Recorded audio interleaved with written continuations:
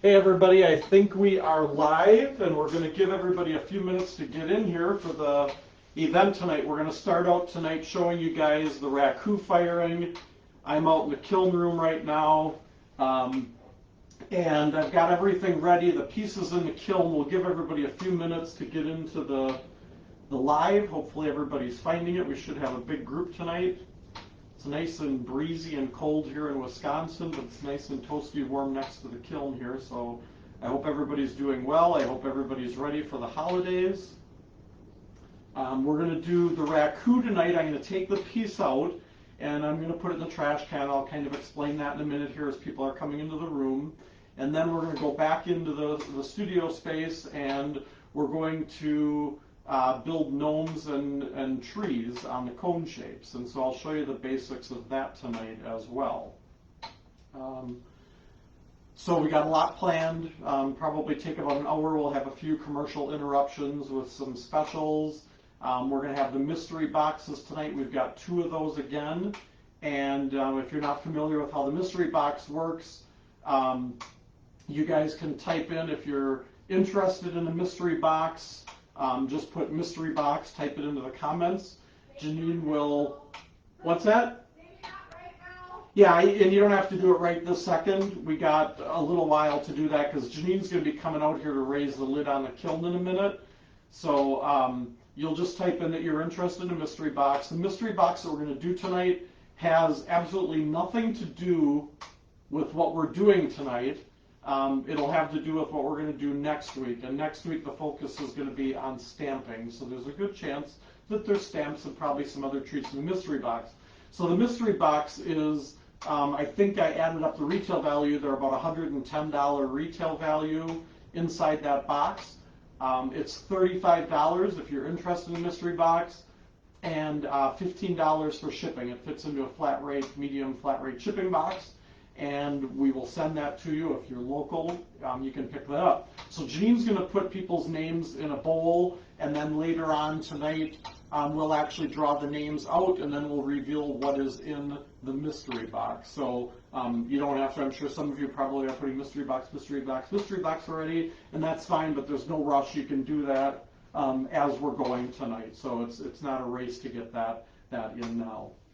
So I'll kind of explain. We got a bunch of people in there, honey? 32, but Okay. already not now. Okay. All right. So what I'm going to do, I'll kind of explain what I've got here. I've got a metal trash can, and that trash can is lined with paper on the inside. And you can use any type of combustible materials with Raku. Some people will use sawdust or dry leaves. Some people will use shredded paper. I like to use newspaper that I stand up in the sides of the can because as I lift that piece out of the kiln, some glazes are very soft and molten. The pieces right now, the kiln is holding at 1680 degrees. It fired up to 1730. And I hold for 10 minutes at 1730 because we fire it as quickly as the kiln will fire. This is a Scott electric kiln. I've also got a gas kiln that it can be done in as well. I do like the electric because I can control that temperature. So it goes up to 1730, holds for 10 minutes, and during that 10-minute hold, the Raku Glazes sometimes will get bubbles when you fire them as rapidly as we do. And so during that 10-minute hold, the bubbles will usually settle out in the glaze, and the pieces will be nice and smooth. And so sometimes gloss glazes, when you pull them out of the kiln at 1680 degrees, that glaze is kind of soft. And when you set it into the combustible materials, the reason I like sheet newspaper, and I've got about 5 to 7 layers lining the can, is because it's smooth. So when that paper makes contact with that Raku piece, I'm not worried about it leaving marks in the glaze and making impressions. Things like leaves that have thick stems on them, dry leaves work really well, straw works really well, but those stems sometimes can get embedded in the glaze, and then that glaze cools rapidly and hardens, and so you get some scarring on the piece. And I can always tell when I go out to art shows and I pick up somebody's Raku pieces and I'm looking at them, is if I feel the bottom of it or the sides, I can usually kind of tell whether they're using paper or they're using leaves or something by the scar marks that are left. And so sometimes that stem of that leaf doesn't burn as quickly, and so it'll leave a little bit of an indentation or a sharp edge on there. And so that's one of the main reasons I use paper. People ask if the color of the paper makes a difference. I haven't found that it does. I've talked to some artists that say that it does. You'll find every Raku artist has different little tips and tricks and things that they do. Tonight we're not going to get super in-depth. I just wanted to give you guys a sneak peek at the actual process of removing the piece and putting it into the trash can, and then at the end of the night, the piece will be cool in there. I'll take that out of the trash can, and you guys will get to see live what that piece looks like. And we'll usually get some cool metallic finishes. I did some marbleizing on this vase with some stroke and coat colors, so hopefully we get a good piece. Most of the time the pieces turn out neat. If they don't, put it back in, refire it, you can get a completely different look the next time. Coming up later, I'll be doing some more lives where we go more in depth, and the focus of the entire night is on Raku, but tonight I just wanted to give you a sneak peek. So I'm going to see if we can get Janine to come out here. She's going to raise the lid on the kiln while I reach in with these metal tongs, and I pull the piece out, I'll put it into the trash can, and then I'm going to put the lid on. I'm going to kind of set the lid off to the side here. I don't want the lid right next to the can because I have to bend down to pick it up, so I'm going to set it off to the side here. And I've got a pulley hooked up to the kiln, and there's a metal cable. So I'm going to have Janine take this metal cable off to the side here, and she's going to pull on that to raise the lid up. I'll pull the piece out, put it into the trash can. Because it creates a lot of smoke, I'm going to kind of open the sides up here so that I can get that can out of here and get that, oops, I should unlock it first, and get that smoke and keep that smoke outside. All right, so we're ready to take the piece out. I'm going to have Janine raise the lid on the kiln. That's good. See, that piece is glowing red hot.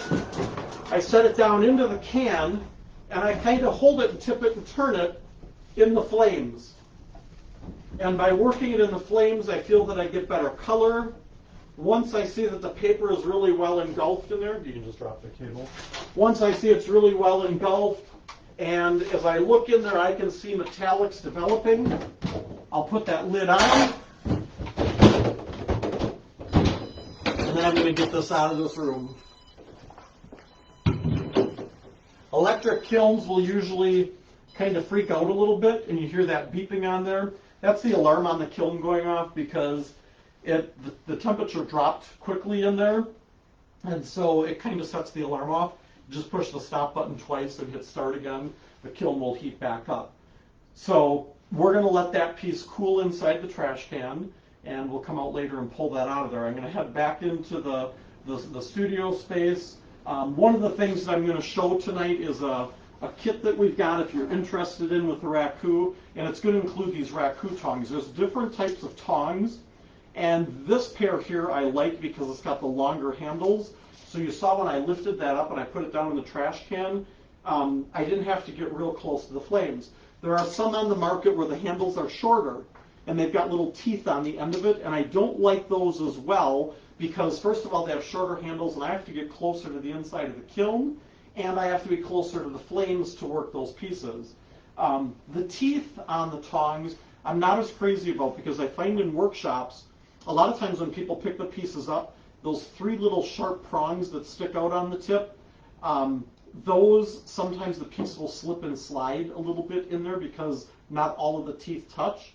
And so sometimes people kind of panic and they think they're dropping the piece, and they're not, but the piece is just shifting on there. So I really like these that don't have the teeth, and they've got the longer handle. So we're going to have a package tonight that would include the Rakutongs as well. I'm going to leave them sitting out here by the kiln. One of the other things that I do, because I'm in Wisconsin, and it's probably about 30-some degrees here right now, and this kiln area kind of is indoors and outdoors. There's two more sets of doors here that open up. I've only got the one set open, but it gets pretty chilly in here. So these tongs, I set these down here with the tips in that top peephole plug so that the tips of this are warm, or I would keep them inside where it's warm. I don't want to have freezing cold tongs that I'm reaching into that kiln and pulling those pieces out, because that cold tong could shock the piece and it's more likely to cause the piece to split. So I'm going to set the gloves aside here. I'm going to close up this door, and then I'm going to grab the camera,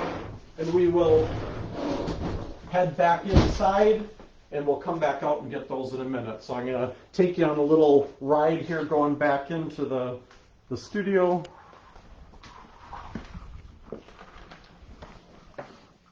We get the camera set up here. And I'm sure Janine has a whole bunch of mystery box requests that now she's rushing to get through. Curtain here. All right. All right, so I hope you guys enjoyed that. I just got to move one thing here off of my stand. Had a tablet on here so I could see out there what was going on, and it didn't actually work well. I'll get that off here. All right. All right.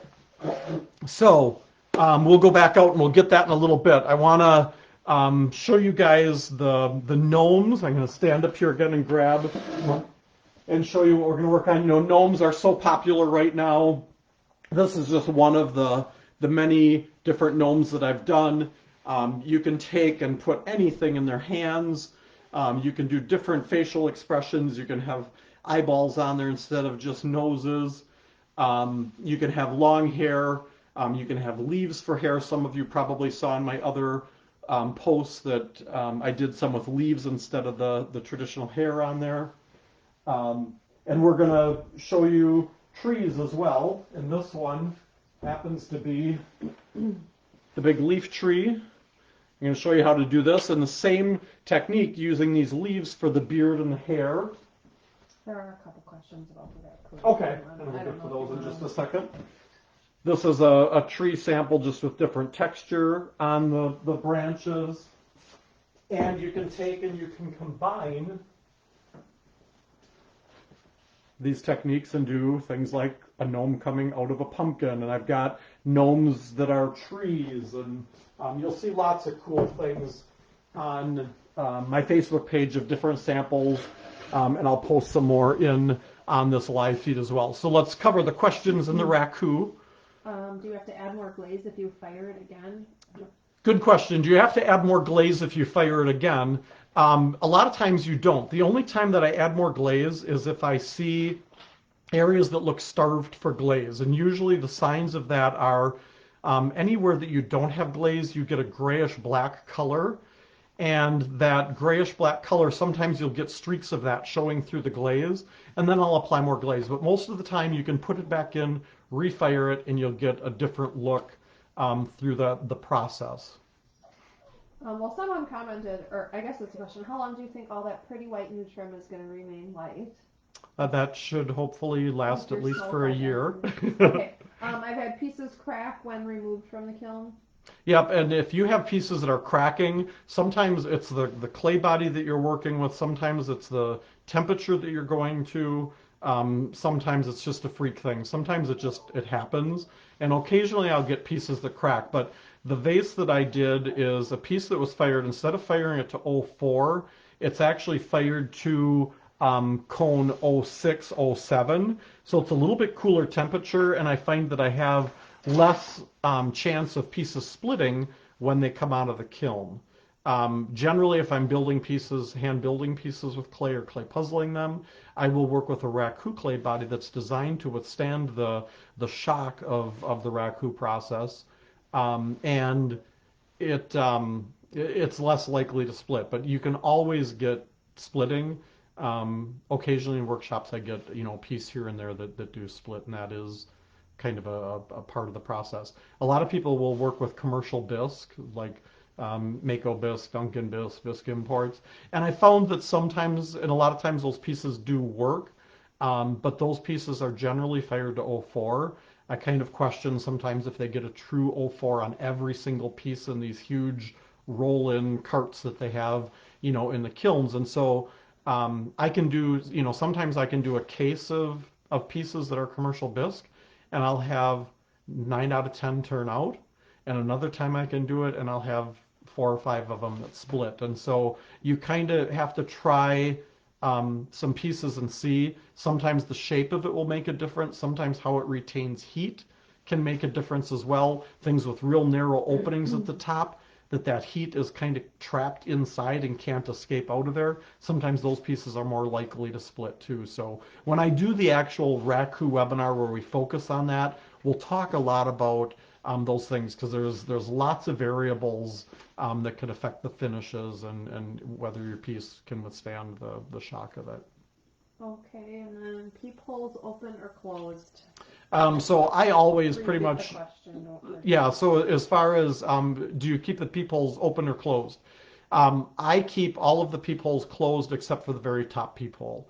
The only kiln that I don't leave that top one open are my kilns that have kiln vents on them, because you need the air to go through properly with the vent by having all of those peepholes plugged, and you've got the holes in the top of the kiln and the bottom of the kiln. But I usually leave that top peephole open on the kilns that don't have vents. And the kiln temp when taking a piece out, but someone responded 1730. Well, I fire it to 1730, and then I hold for 10 minutes, and I let it drop to 1680, and I pull the pieces out at 1680 degrees. And so I've got the kiln programmed to do that using the ramp hold features on there. And then I do like a 5 or 6 hour hold, so that if I forget that those pieces are out there, the kiln doesn't continue to cool off. So at 1680, I put a hold on there for several hours while I take the pieces out. And normally I would have that kiln full of pieces and take lots of pieces out of there one at a time. I'll usually take one piece out, close the lid, let the temperature get back up. It usually takes a few minutes, and then I'll take the next piece out. Do you think shorter people might need a step stool to get better leverage? I actually just glanced up and I saw who put that in there. I caution anybody on using a step stool because you're pulling pieces out that are glowing red hot. And, if you accidentally step off of that step stool or trip, I would not suggest doing that. If you are shorter and that is a concern, you could make like a platform or something that would cover a bigger area to do that. But then I also worry about, you've got a wood surface there instead of a concrete surface under there. So, maybe putting bricks down or something on a larger area, might be best to do that. But I would caution you on doing that. Okay. Let's see.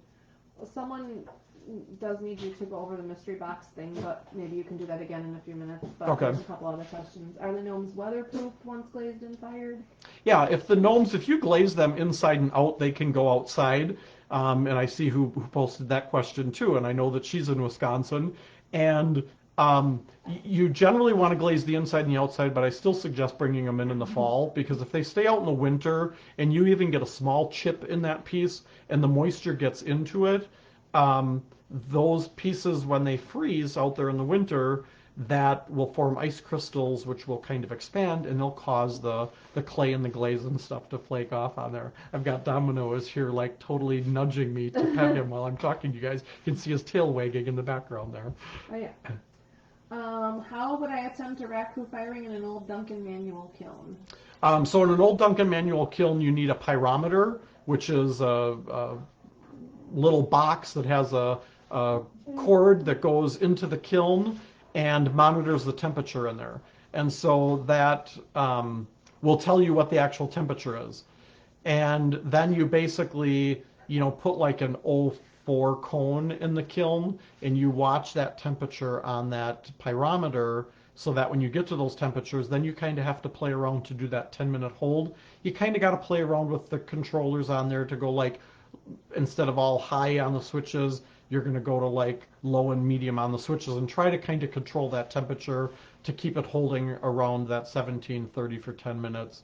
And then once it drops to 1680, it can be done. It's just a little bit more challenging with the switches. But I've done it at studios where, I found that a kiln maybe has 3 switches on it, that if I turn the middle and top one to medium and the bottom one I leave on high, that kiln actually holds pretty close at those temperatures.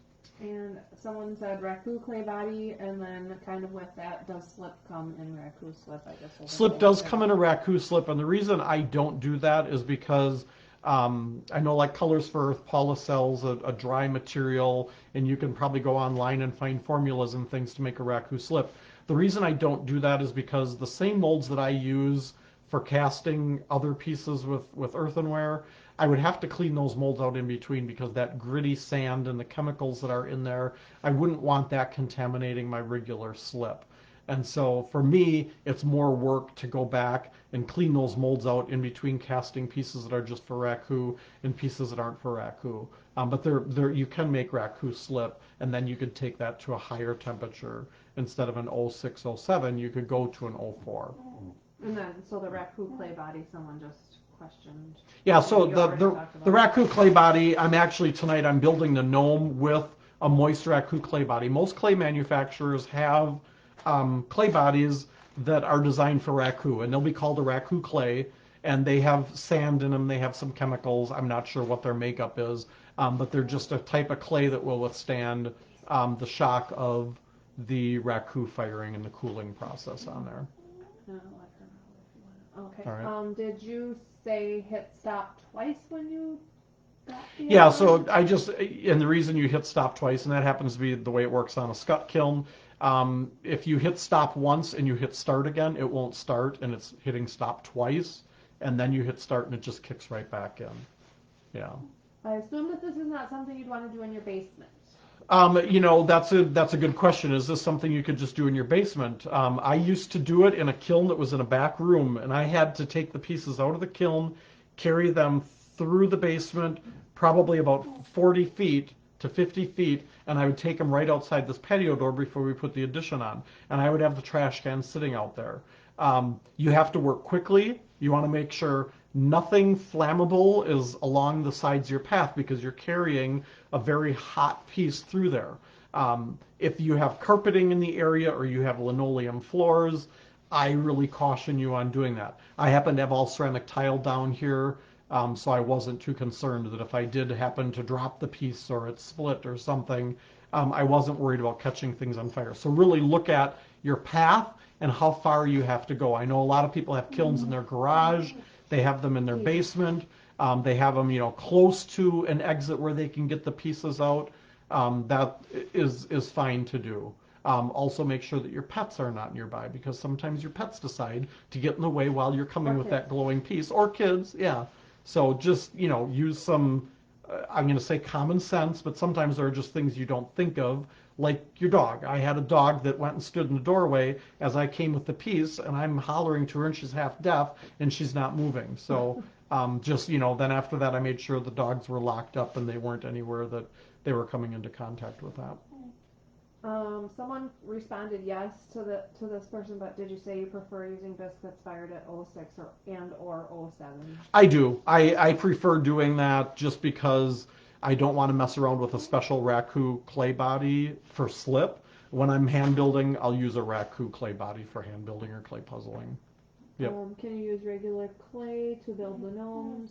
Yeah, you can use any type of clay. You can do this with stoneware, and I'll talk about the clay as we get going on the gnomes, but really you can do it with any type of clay. I do like the Raku clay body or a stoneware clay body or a clay that has sand or grog in it because it adds strength and stability to the piece. If you have a really smooth clay, you can build them with that, but the pieces are going to be a little bit softer, and if you make them really heavy and really tall and you have arms sticking out, sometimes that clay is a little bit softer and arms and things want to fall off, but you prop things under it. So really any type of clay body will work for doing that. And have you ever done a Raku gnome or part of a gnome, like maybe just his hat and beard, then paint the rest of him normally? Good question. Can you do just part of a piece with Raku firing like a gnome and then paint the rest of it with like acrylic colors? Absolutely. I've done that on several pieces, so that is another way to do it as well. Do you pour the bisque thicker for Raku? No, it doesn't necessarily need to be thicker. You want to make sure that you have uniform thickness throughout the piece, because if you have a piece that, say you drain a piece and you tip it over too soon and there's a lot of slip in that mold that runs to the bottom, and your bottom is this thick and your sides are this thick, then you are probably going to get some splitting in the piece because the piece isn't uniform thickness, and so you've got areas that cool faster. The thinner areas cool faster than the areas that are thicker, and the thicker areas retain that heat, and so you'll run into some issues with pieces that are wanting to split. Janine's trying to get the dogs to go outside, and Domino's is just sitting here. Go with Mama. All right, so let me see if there are any other questions here. Oh, and there are the gas pipe too, so I would probably start myself or house on fire. Yeah, I mean, again, common sense stuff. Walk around, look at your environment, and make sure that you don't have gas pipes that you're going to be, having a flaming trash can next to. Good point, Bridget. And then why don't you just go over the mystery box? Yep. And I see something about walking upstairs and through the house probably 50 feet or so. And that too, with going up and down stairs, remember you're going to be carrying a glowing red hot piece. And so anytime you run into, where you could trip and fall, just really look at that. And use caution with things like that. I'm just looking to see if there are any questions here that we missed. I think we got everything covered with that. If we missed anything, just ask the question again. So the mystery box. For those of you that haven't experienced the mystery box is a medium flat rate shipping box full of goodies. And so we don't show you what's in this box. It's usually over $100 value, and they're $35, and then it's $15 for shipping if we need to ship this box. And so I'll usually give some clues on this. And my clues tonight is it has absolutely nothing to do with what we're doing tonight. Last week they had everything to do with what we were doing that night. It has to do with what we're doing next week. And next week we're going to be doing stamping, and I'll show you some samples here of stamped pieces.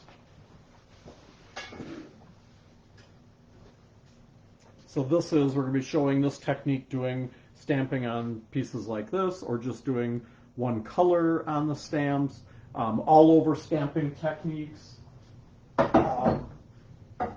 We'll show you a bunch of stuff. So what's in these boxes has to do with what we're going to be doing next week. So probably has some stamps in there, I'm going to say. So there's 2 of these boxes. So if you're interested in them, you can type in mystery box, and Janine will put your name on a slip. It'll go into a bowl, and later on tonight I'll draw out the 2 names, and those 2 people will get the mystery box.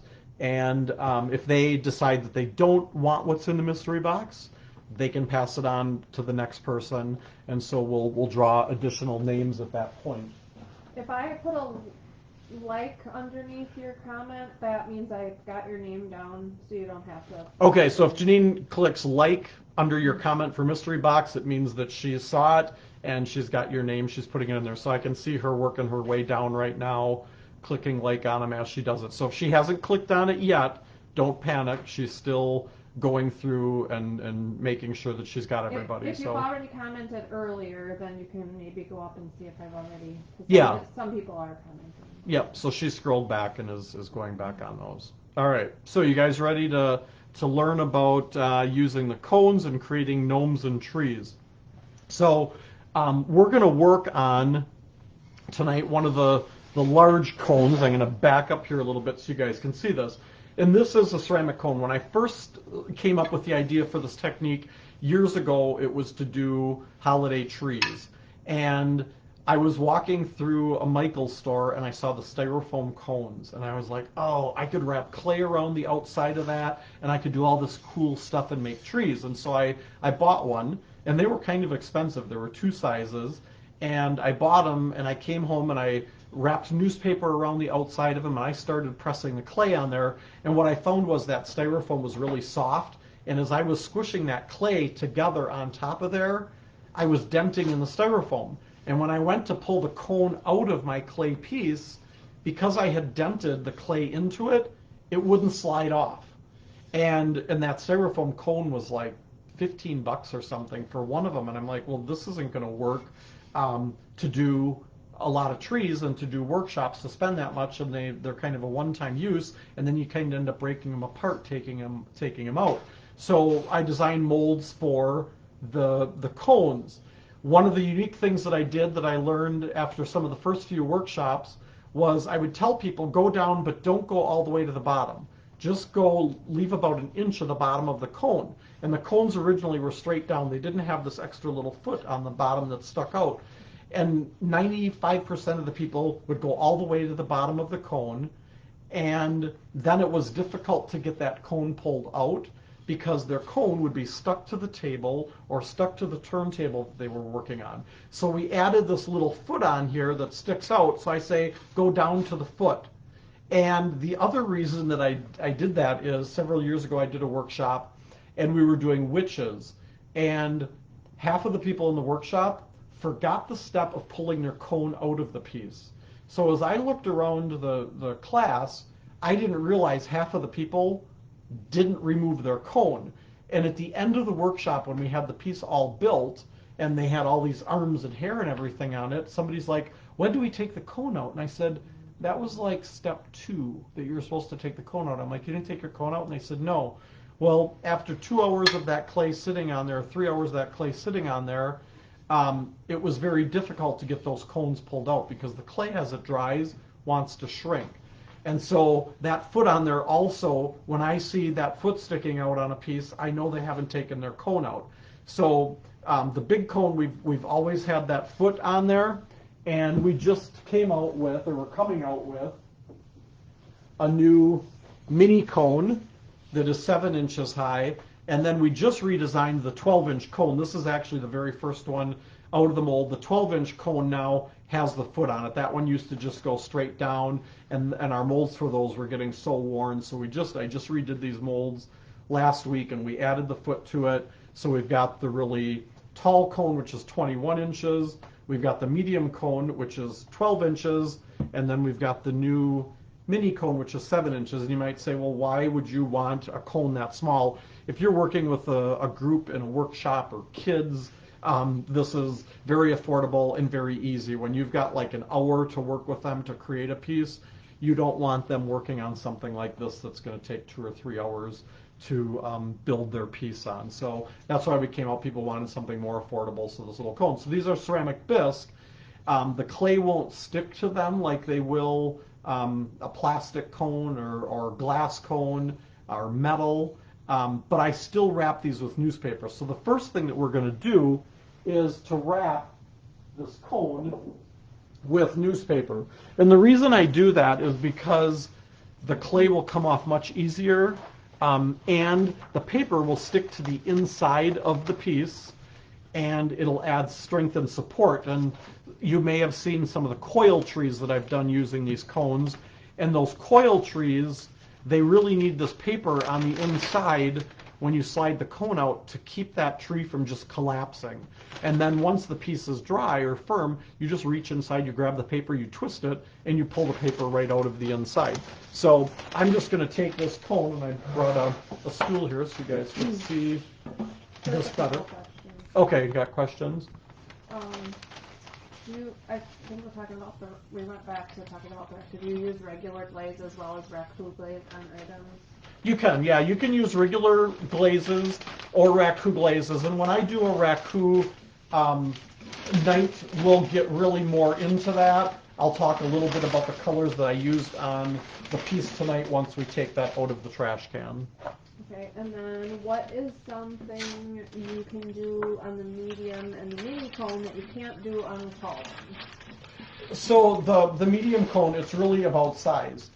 Some people don't have a kiln that's tall enough to do a 21-inch cone, so we came out with a smaller cone. The small cone is actually the 12 inches, the first one we came out with, and then we came out with the bigger size after that.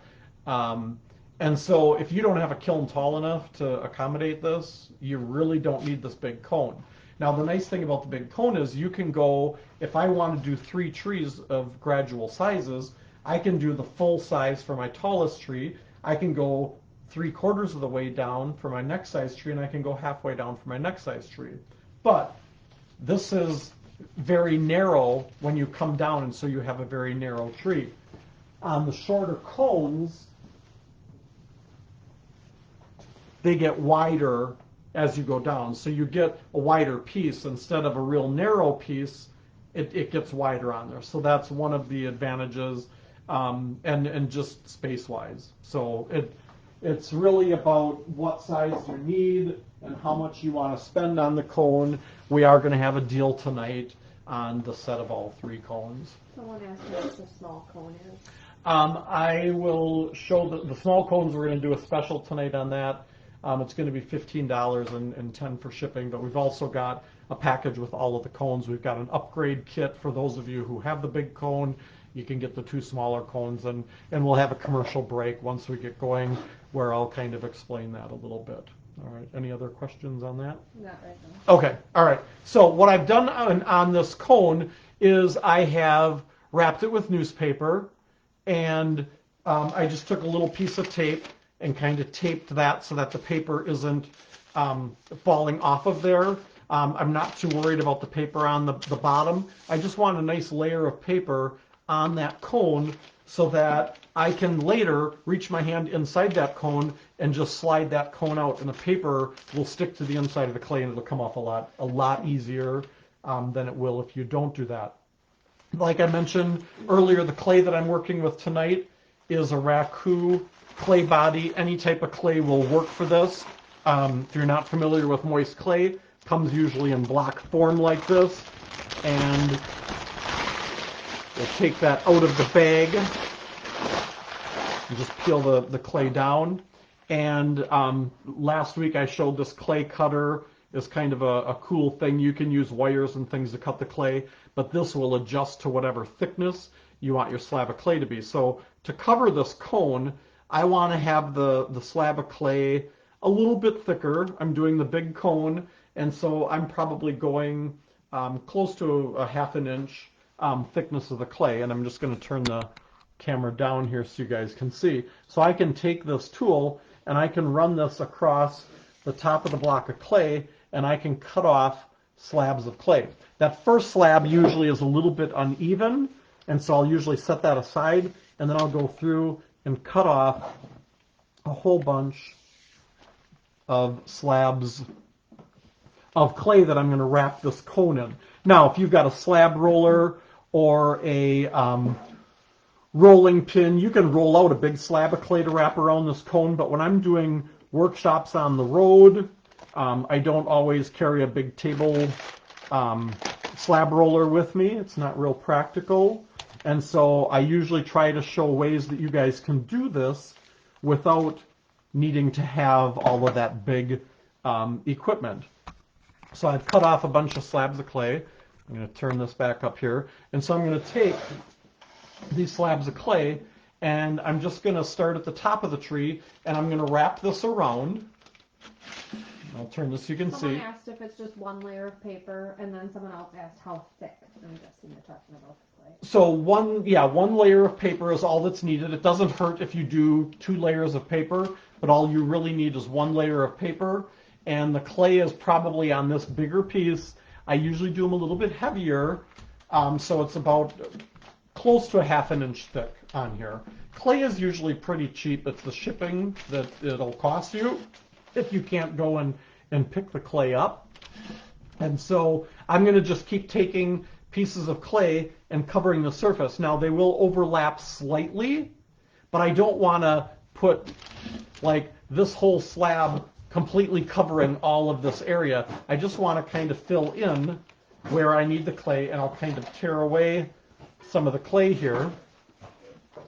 And I'm just going to take and kind of press and fill in. I'm not worried at this point about this being perfectly smooth. I just want to kind of get this whole cone covered with clay. And again, I want it to be fairly uniform in thickness. And I'm going to go down to that part that sticks out on the bottom. I'm not going to go over that. And I usually have to remind people of that in the workshop, that they want to leave that bottom showing. So you can see it's pretty fast to cover this. A lot of people want to get out a rolling pin or a slab roller to do this, and you can do it pretty quickly if you cut slabs of clay that are about the same thickness. Do you want to tell them about what grade does this at school? Yeah, so I did this with my daughter's art teacher does it with, is it 3rd grade that they do that? So the 3rd graders do this. We They got a bunch of cones for them, and every year they make trees for presents for mom or dad or grandma and grandpa, whoever they decide to give it to. And they just do a texture technique on the tree. So there's lots of different ways to do the trees. But for third graders, they just use pottery tools and they add textures and things after they kind of smooth this clay out on there. So again, I'm not looking for perfectly smooth. I'm just tearing off pieces of clay and filling in the areas where I've got some openings. And so this is the last piece that I'm going to add on to the bottom here. And then I'll kind of go over and I'll kind of press and attach the pieces, and I'm kind of mashing the clay where the joints were. Again, not looking for perfectly smooth. Some people in workshops get hung up at this point that they think, oh, I need this to be perfect, and you don't have to. I know I'm kind of a bit of a perfectionist, and I know Janine's going to laugh over there at that. So you kind of sometimes have to kind of let go of perfection, because you're going to be doing a lot more with this, and it doesn't matter. Now, to smooth this, I will take a flexible metal rib, and I'll kind of take that and drag it down from the top, and I'm kind of bending it a little bit as I work my way down. And what this does is it kind of mashes the clay all together where those joints are. And if you've got a bump of clay, it will, and you can see right here, I've got a bump of clay. So as I drag across that, it actually pulls off that excess clay. And then I can either pull that off, or I can kind of deposit that in an area that's a little bit thinner. Again, I'm not looking for perfectly smooth clay at this point. I'm just taking this down and running it over to kind of make sure that all of these slabs of clay are pressed together, the joints are filled in, and I've got fairly uniform thickness with this clay. Sometimes I'll pull up from the bottom. And really, you know, people worry about, they say, oh, if my piece is too thick, it's going to blow up in the kiln. And it's not about the thickness of the piece. It is about the moisture in the piece. And so the thicker your piece is, the longer it needs to dry. And a lot of times that's the hardest part. It's the very hard part for me, is making sure that those pieces are dry, because I want to get them in the kiln, I want to get them fired, I want to get them finished, I'm excited.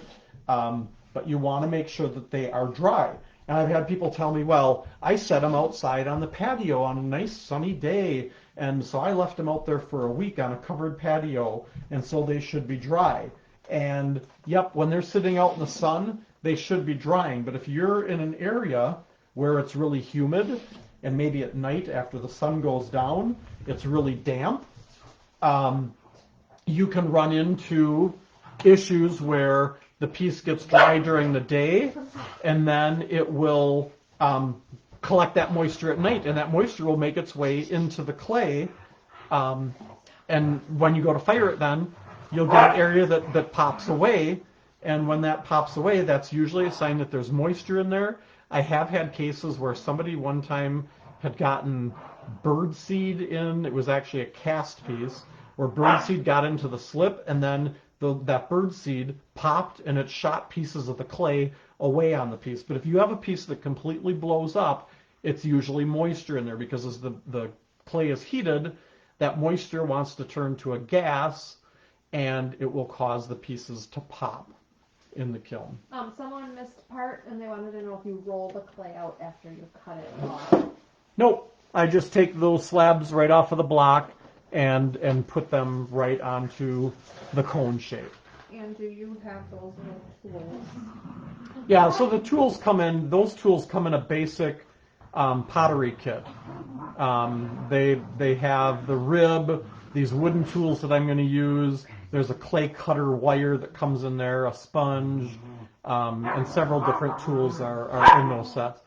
For some reason, the dogs are like crazy down here tonight. They're wrestling. They're wrestling right now. So on the bottom of the piece, I want to go along now and I want to kind of even out this along the bottom where it hangs over a little bit, because once I pull this off of the cone, I want this bottom to be even. So I'll use just one of the wooden tools that come in that pottery set, and I'll just kind of go around the bottom of this and just cut away the excess clay so that I have a nice even bottom on there. And I see why Janine asked now about the third graders doing it. I see that the No, I actually didn't even know she was in there. Oh, okay. That's what I just saw her was name like, pop oh, up. the art teacher's watching. And the other art teacher took a picture of her baby watching you on a video. Oh, we've got the high school art teacher, middle school art teacher. Her child loves to watch my lives and tends to fall asleep during them. So, which it's a fairly young. How old is? He's like he's only like 6 months now. I'm trying to think how old he is. Yeah, like 6. Okay.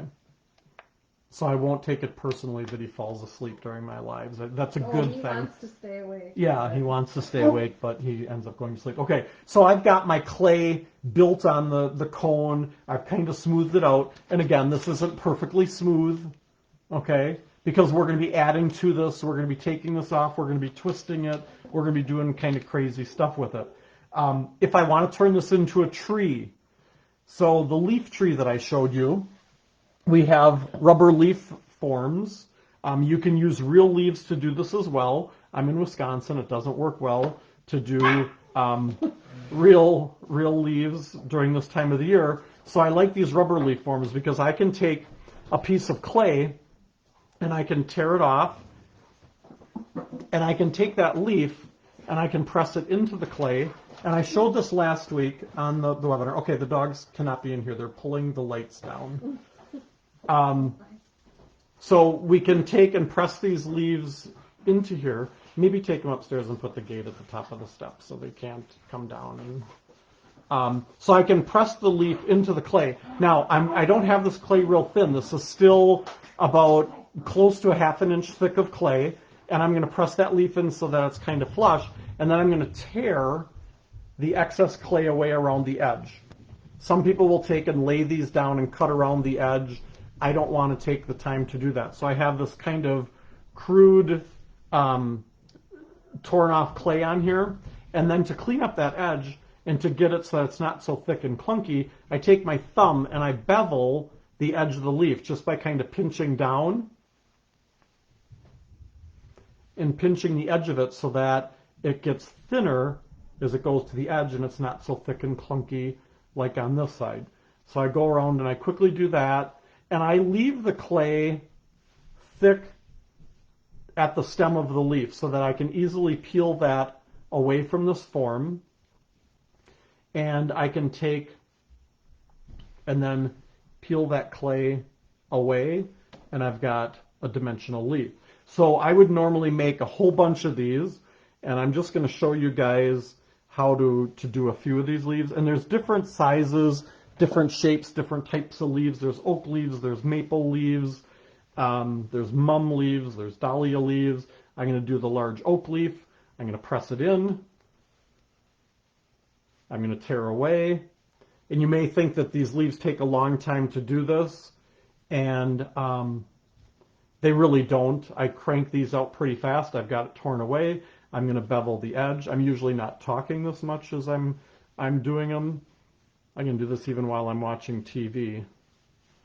Now, on some of these leaves, you've got some tight areas, so you need to kind of go back and pinch those areas out by pulling the clay through from the back side. If it's a real tight area, you can take one of your wooden tools and you can kind of drag that from the back to pinch that clay out in those tight areas like on this oak leaf. And then peel it away. Now, if you have problems getting that leaf peeled away from the form, usually the problem is people want to make that leaf super thin. They want to make the clay really thin on there. And what happens is you go to peel it away and the clay just starts ripping or it's sticking and it won't come off. It's usually that the clay is too thin on there. So make a whole bunch of leaves. Now, if I'm going to add these leaves and make my tree all leaves like that first tree that I showed you, and I'll show this again.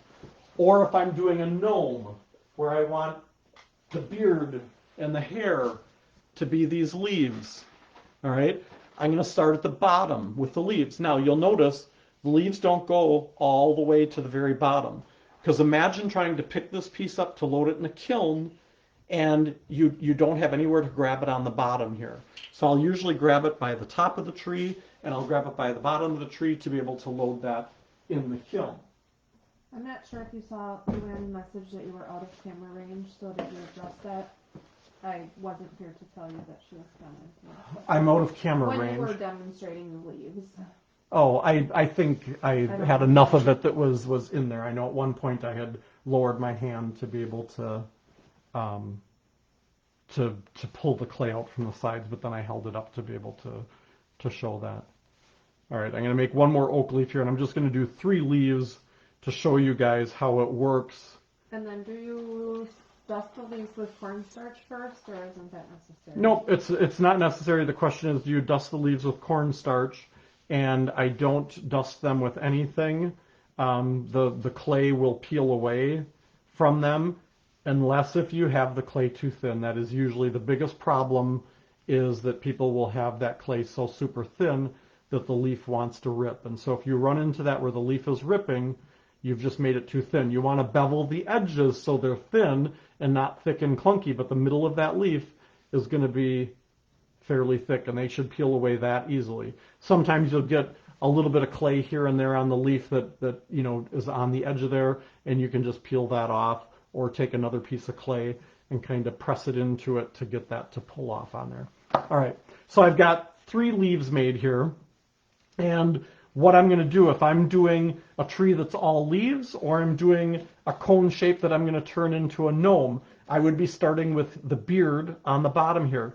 And so I'm going to take those leaves, and I'm going to go up a little ways from the bottom. Sometimes, if I'm doing the tree with the leaves, I'll actually take some of these leaf forms and make some impressions down on the bottom of the piece of various leaves, making these impressions, and then I will start adding my leaves. And so I'll start up at least an inch off the bottom so that I have somewhere to grab this, and I'll put that clay leaf on. Normally you would do scoring and slipping, where you would scratch lines in both pieces to attach them. You don't need to, because what you're going to do is you're going to take and you're going to mash the top of this leaf right into your cone. And so that leaf is attached really well. And then I would make my way around the cone, adding leaves going all the way around, kind of one layer going around the bottom of different leaves. And then the next layer, so I'm going to add this one here next to the oak leaf, and I'm just going to mash that into the cone so that's attached. And then my next layer is going to kind of come over the top of those, and I tell people it's like laying bricks. You don't have them all going in a perfectly straight line. You want this leaf kind of coming into the middle of these other leaves. And so you would continue to work your way around that piece and build it up to the top of the cone. When you get to the top of the cone, you're going to do some of the smaller leaves. And so when I get to the top of the cone, I am going to then slide this piece off before I add the very top leaves, so that I have somewhere to hold on to it on the top, and I can take and put my arm inside, and I can go like this, and I can slide the cone out of the inside. So when you're doing, and so what I want to explain here is, when you're doing trees and you're adding and putting pressure on this clay piece, you're going to keep it on the cone until you're almost done with it. Because if I took this clay cone off of here and I started mashing those leaves in, there's a good chance that I'm going to really dent in the side of this. So I want the support of the cone behind the clay as I add these leaves on here, because I'm putting a lot of pressure on there. but leave the top so that you have somewhere to grab onto it. Sometimes, the clay is soft and flexible enough that if I need to put my hand over these leaves as I tip it over, it may push the leaf down a little bit, but then I go back after and I kind of fluff those leaves up a little bit. So it's not that big of a deal. If you're working with Raku clay, is it easier to do the leaves than using low fire clay? I don't. No, the clay body. So the question is it easier to do the leaves with like a Raku clay versus just a low fire white clay? It really doesn't matter. Any clay body will work with the leaves. I've used porcelain clay bodies, high fire stoneware, low fire white, low fire red. Any type of clay will work with the leaf forms. You don't want clay that's sopping wet, like it's not. If it's dipped in water, you may run into more likelihood that it'll stick. But the consistency of this clay is a nice squishy consistency, very pliable. You can see as I squish this how easy this is to maneuver and manipulate. All right, so that's what you want to look for in the clay. If the clay is really hard, you're going to have a harder time flattening it out and working with it to do this. All right, so if I was doing this tree with all leaves, I would cover the whole thing, building it up like brickwork up to the top. When I get to the very top of the tree, okay, I'm going to pull it off of the cone so I can grab onto the top of this and I can put my arm inside and I can pull it out and do that. But then you've got this kind of bare area on the top of the tree. And it's not easy to take little leaves at the top and squish them in because you get to the point where there's nothing more to squish it into. So on the very top of the tree, I usually do 3 of the smaller leaves, variety of smaller leaves. I make my clay leaves, and then those leaves I score the back on. I score the area where they're going to go onto, and scoring is just taking and scratching lines into the clay to create a texture on there. So when I take that leaf that's scored and I put that on there, I put some liquid clay in between there, and I put that leaf on there and I kind of wiggle it. And it usually takes about 3 leaves on the very top of the tree that you need to slip on to kind of finish that. But that's done after you pull it off of the cone that you add those top 3 leaves on there. All right, I hope that makes sense. All right, I don't see any other questions that have popped up since then. So that's doing a leaf tree. Now there's lots of other types of trees. I've done coil ones. We did the coil live a couple weeks ago. So you can do coils just wrapping them around the tree. You can create textures in these pieces. You can, instead of doing leaves, you can take clay and you can press them into anything that has texture. So it can be the bottom of your shoe, which I think I wore shoes tonight that have absolutely no texture in them. But I can take pieces of clay and tear them off. And I'm just looking for something here that I've got that has some type of texture. You know what? I have a washcloth here that has texture. So I'm going to take this piece of clay and I'm going to press it against the washcloth to pick up that nice bumpy texture that's on there. Those could be my branches on there, and I would build that up on there instead of using leaves. So you'll see some of the pictures that I posted before this. There are some Raku trees that have kind of a bark texture to them. Those are actually done pressing the clay against bark to pick up the bark texture. You can use stamps. You can use any surface that the clay won't stick to and it'll peel off of. You can pick up textures and make your branches on your tree with those textures. All right, I see a question there about what about the paper on the inside? Oh, did you already answer the one So- with the form to make like okay, never mind. I see that question too. I'll talk about that. So the question is, what about the paper inside? So the paper on the inside of this, once I've taken it off of there, when a tree is solid like this, I can reach inside and I can peel the paper away. If I don't peel the paper away, the paper will burn away in firing, but it will leave some residue on the shelf. So I usually reach inside and I try to peel that paper away before I fire the piece. And then there's a question about, is there a form to make like a Christmas tree?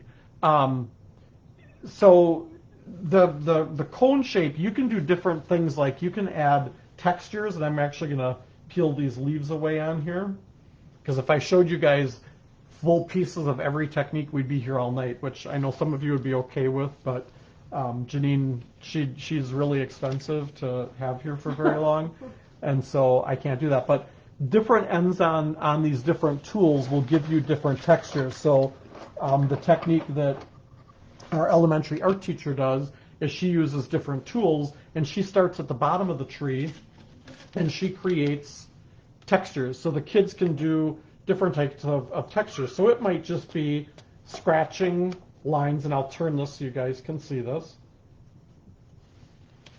All right, you can add textures like this. Oh, that same person about the form to make like a Christmas tree said meaning the pine needles. So maybe. So you can do things like extruders. You can do, so like this, you can take this tool, you can turn it more on its side to get a rougher texture, and you can create almost like layers on this tree. And I'm going to set this down to do it, and then I'll hold it up. So I'm just taking this tool, and I'm adding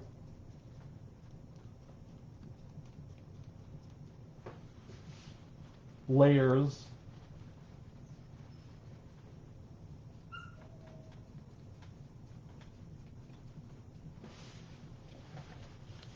All right, so you can do different textures. Every tool will give you a different texture on there. I'll show you guys this tree here. This was a webinar that I did, and I can't show the full technique on this. Like I said, there's lots of techniques, but this is kind of more of a traditional tree, and then we kind of, once I took it off the cone, I kind of twisted it and bent it to get a little bit of kind of a funky design, but this tree could be left straight up and down as well. So play around with different textures. You could also take and extrude coils of clay and create coils on here to do a texture on here as well. So I'm just going to kind of smooth this out here a little bit. So we'll get back to the gnome now. Yeah, someone just asked if this is the same form you're going to use to create the gnome. Yeah. And will this be at your retreat?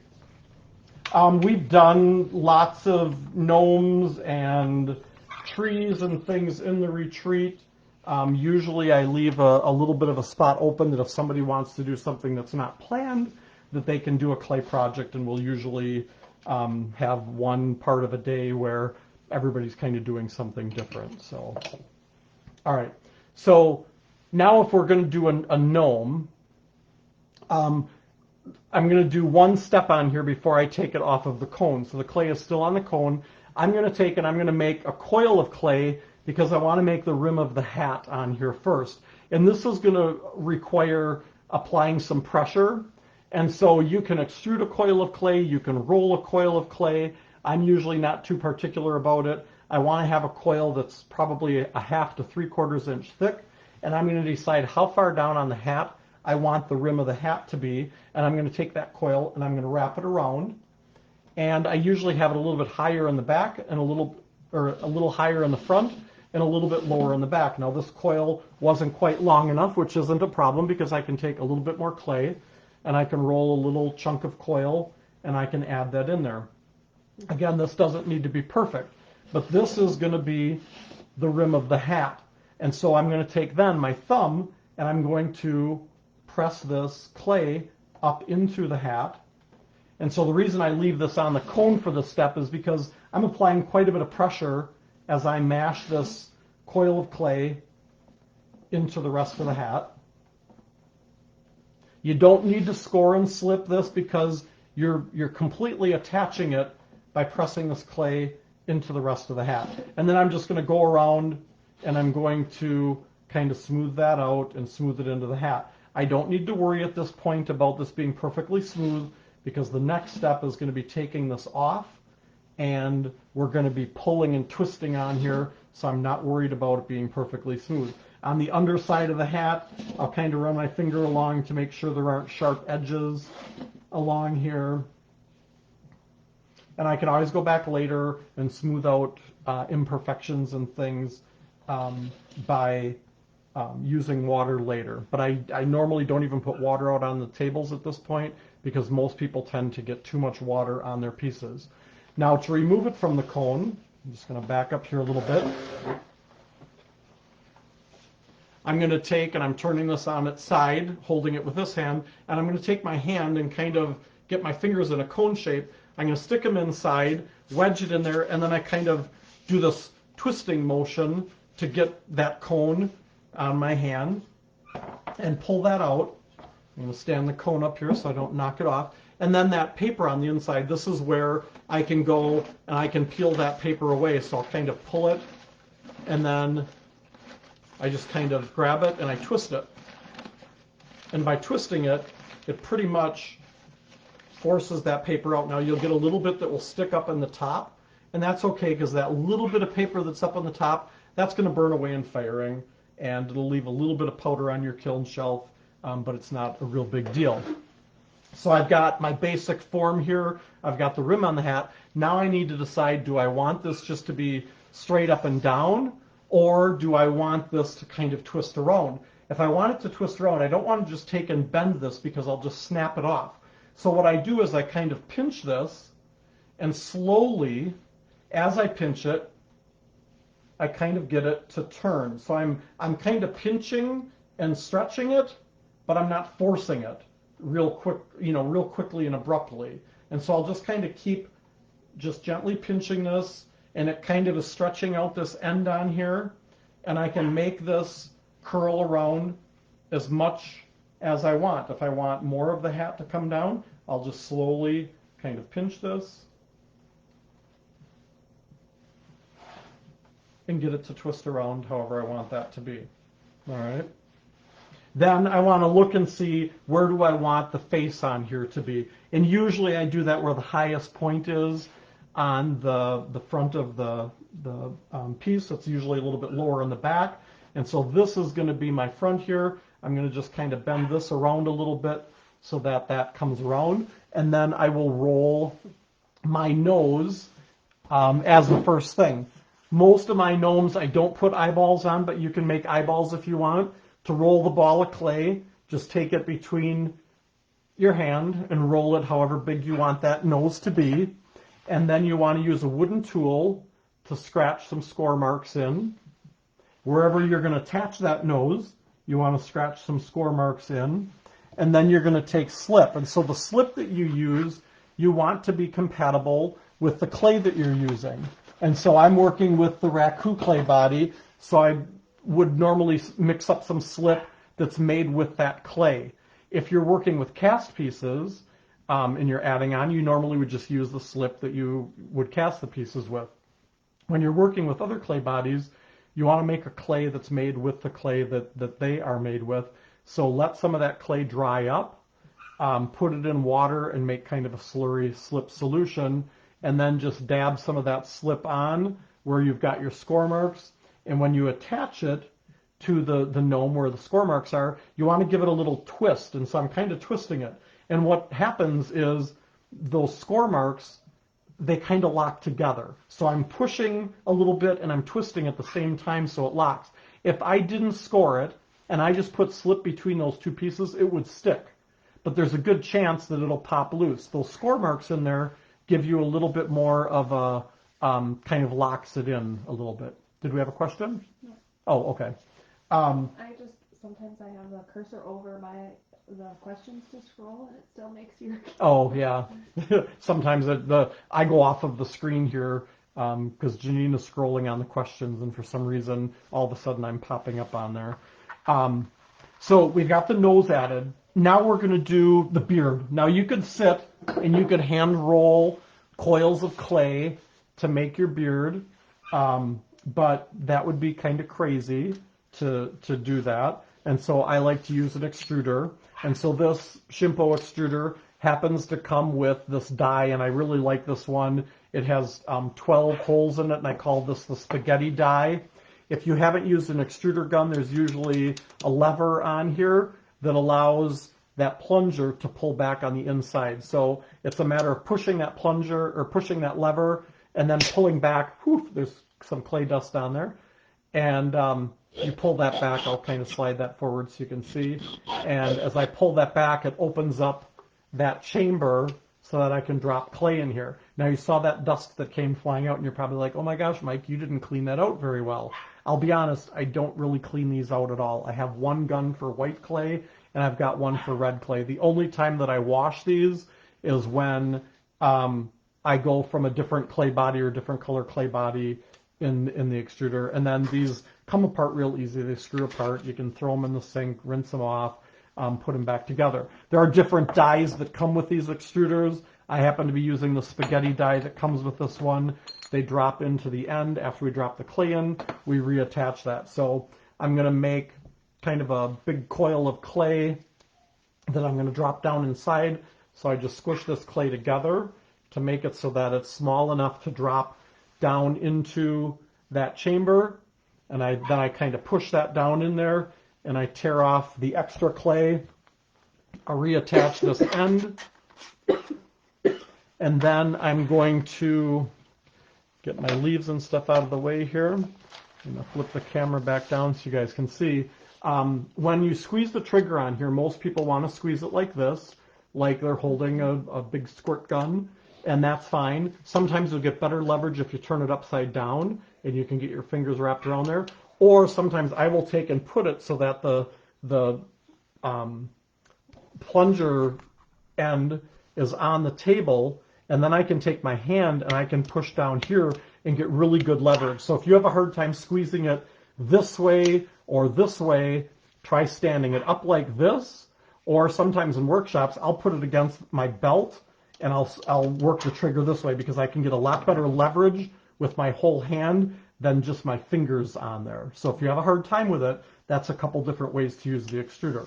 Go ahead. A couple of questions about the extruder. Will that die fit the huge gold extruder? Yep, that die also fits the huge gold extruder. The only problem is this die is a Shimpo die, and it only comes with this extruder.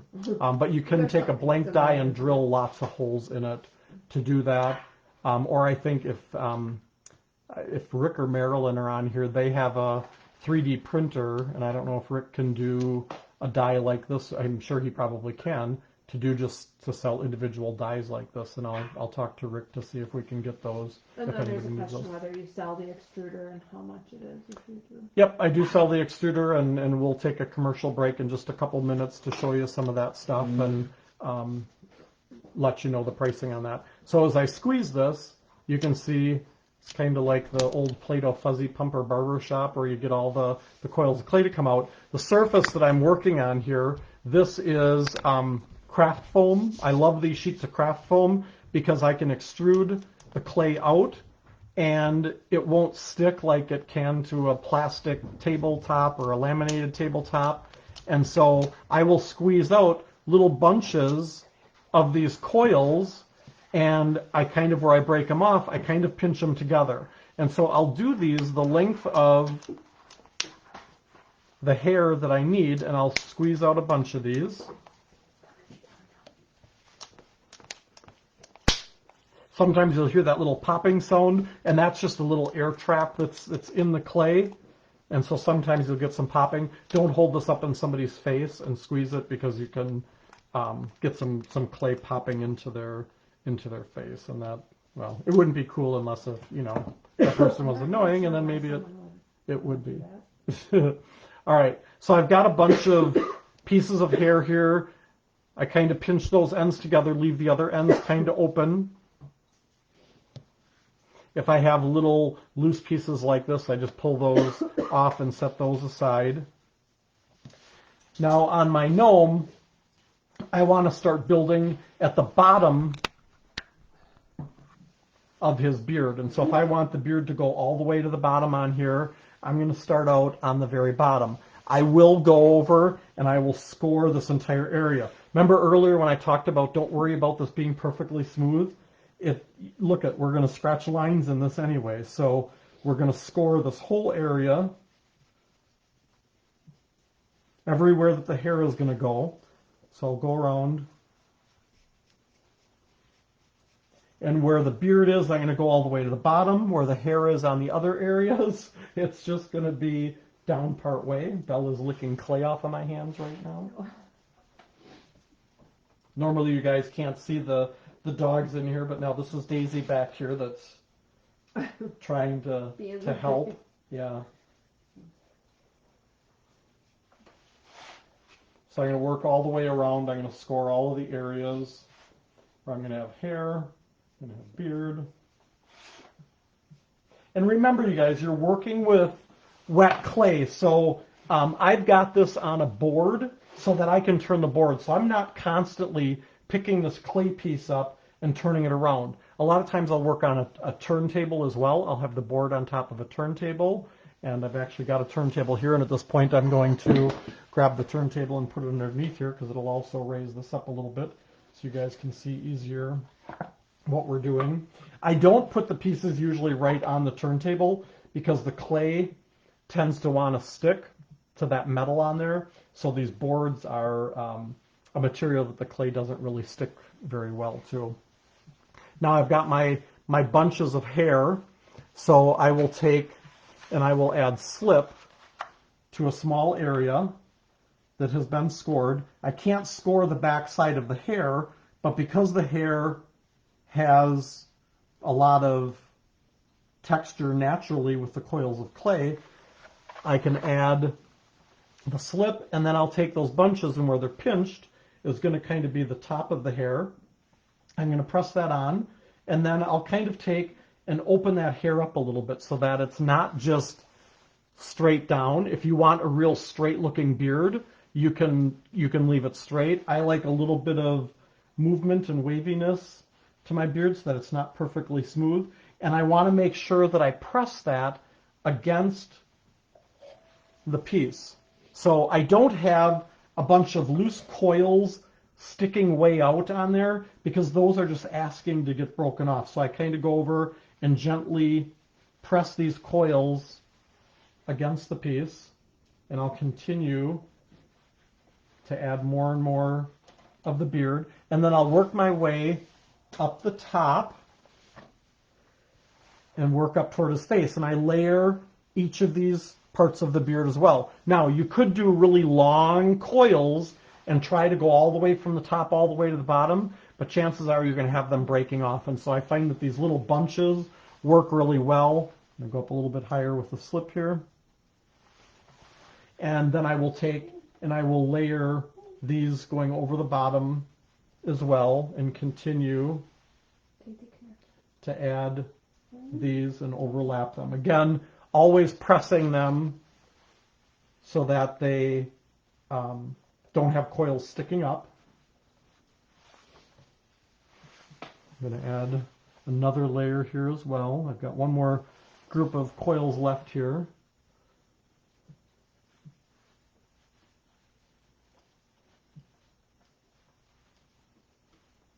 And I got to reload the extruder. There are different extruders out there. I really like this Shimpo one because of the spaghetti die that comes with it.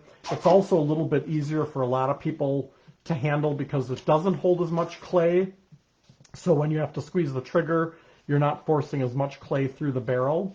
When I want to reload it, I just pop that tip off, make another piece of clay here. I'll cut off a little bit thicker slab now for making my coil to drop down inside.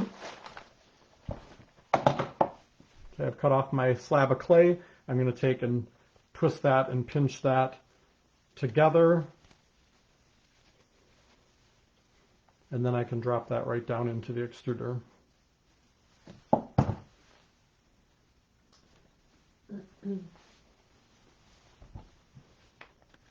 Reattach the end, and usually when you first start out squeezing that trigger, you squeeze it several times to get all the air out of there before your clay actually starts coming out, and that's usually when you'll get some popping of the air coming out. So I'm going to extrude some more chunks of hair here. If a dog comes into the picture, they'd like an ID. That was Daisy, the little black one. Yep, the little black one with white spots is Daisy. The big black one is Domino. He's laying over here. He's pretty much at my side all day, every day. I'm usually tripping over him. My chair is rolling over his tail, catching his hair. Because he doesn't lay on the pillow, he has to be touching me or the chair in some way, because God forbid I would get up and leave my office and him not follow me. So that way, if he's sleeping, he wakes up and knows that I've moved. You would think after a while he would learn not to lay down with his tail under the chair, but it doesn't seem to work. So I'm going to continue to add the hair for his beard. That's Daisy wanting to go outside. Yeah, it's Daisy wanting to go out, and she's been out about 10 times in the last hour. Okay, so we've got most of the beard is on here, and then I'm just going to work my way around and add the hair. So I'll continue to add slip. I'm going to add a little bit more beard going down on this side first.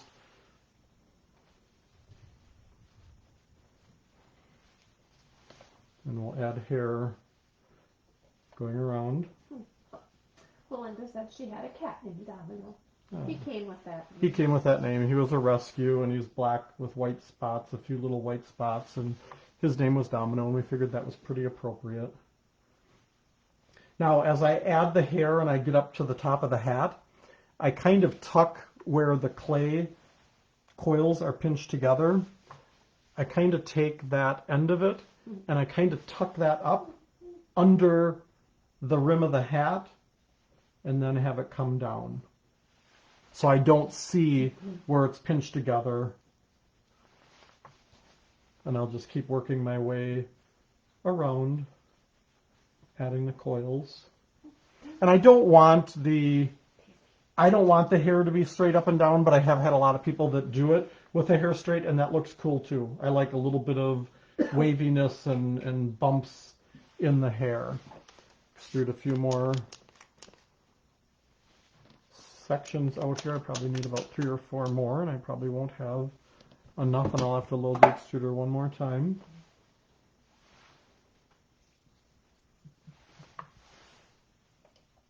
Now, for those of you who have taken the Gnome workshops from me, or you've taken the previous webinars that I've done on this, I've added one step to this that I found works really well, because so many people, when they transport these and they put them into their kiln, and they're moving them and lifting them, some of this hair, it's pretty easy for it to break off, and even after it's fired, you can have problems with the hair kind of breaking off if you pick it up and put a lot of pressure on it. So we're actually going to brush slip over the top of this once we've got the hair on here, and I found that really helps to hold that hair together. There are 2 more sections here, and we should have enough hair on here.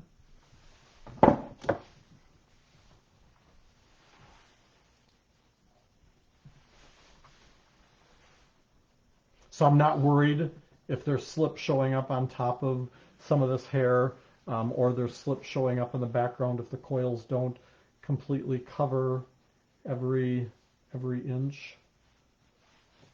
Now I'm going to go around one more time with my hand and just kind of gently press on this to make sure there aren't any coils that are sticking out that are just going to get busted off. So I just kind of go over and gently press to make sure that those coils are pressed down. All right, I'll hold this up so you guys can see. So we've got hair going all the way around on here.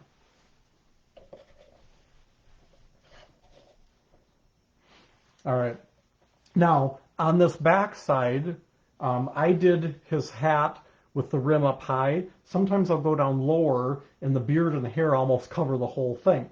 I've got more area here. So this is where then I can go back just with my finger at this point, and I can smooth out any rough imperfections that are on here. If I wanted to add some type of texture on here, I could do that with the tools. But I would just go with my finger. Again, no water at this point, because what I find is most people get so much water on there that their piece then is sitting in a puddle of water and the piece wants to collapse.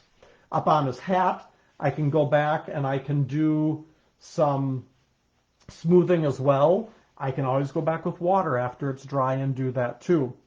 One of the things that I didn't show, if you were doing this with the leaf beard instead of the hair, on my finished sample, the one that I had done in the fall colors, I had made impressions in the hat with the leaves.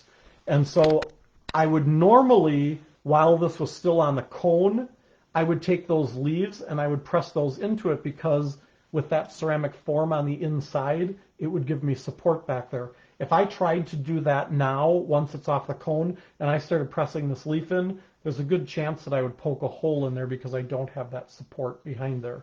Even if I stuffed paper or something up in there, I still would worry about that. So if you want to make impressions like I did on the fall gnome, do it before you take it off of the cone. All right, so I'm going to actually twist this around. I kind of want his little curl in his hat to come around to the front. Now, you can add hands to this if you want. You don't have to, but if you want to add hands, that is done just taking some moist clay and deciding how big you want the hands to be. I'll be honest, if it's a winter gnome and you can have it wearing gloves, it's even better because gloves are a lot easier to do than fingers. So I'm going to create two shapes kind of like this. I call them little paddles.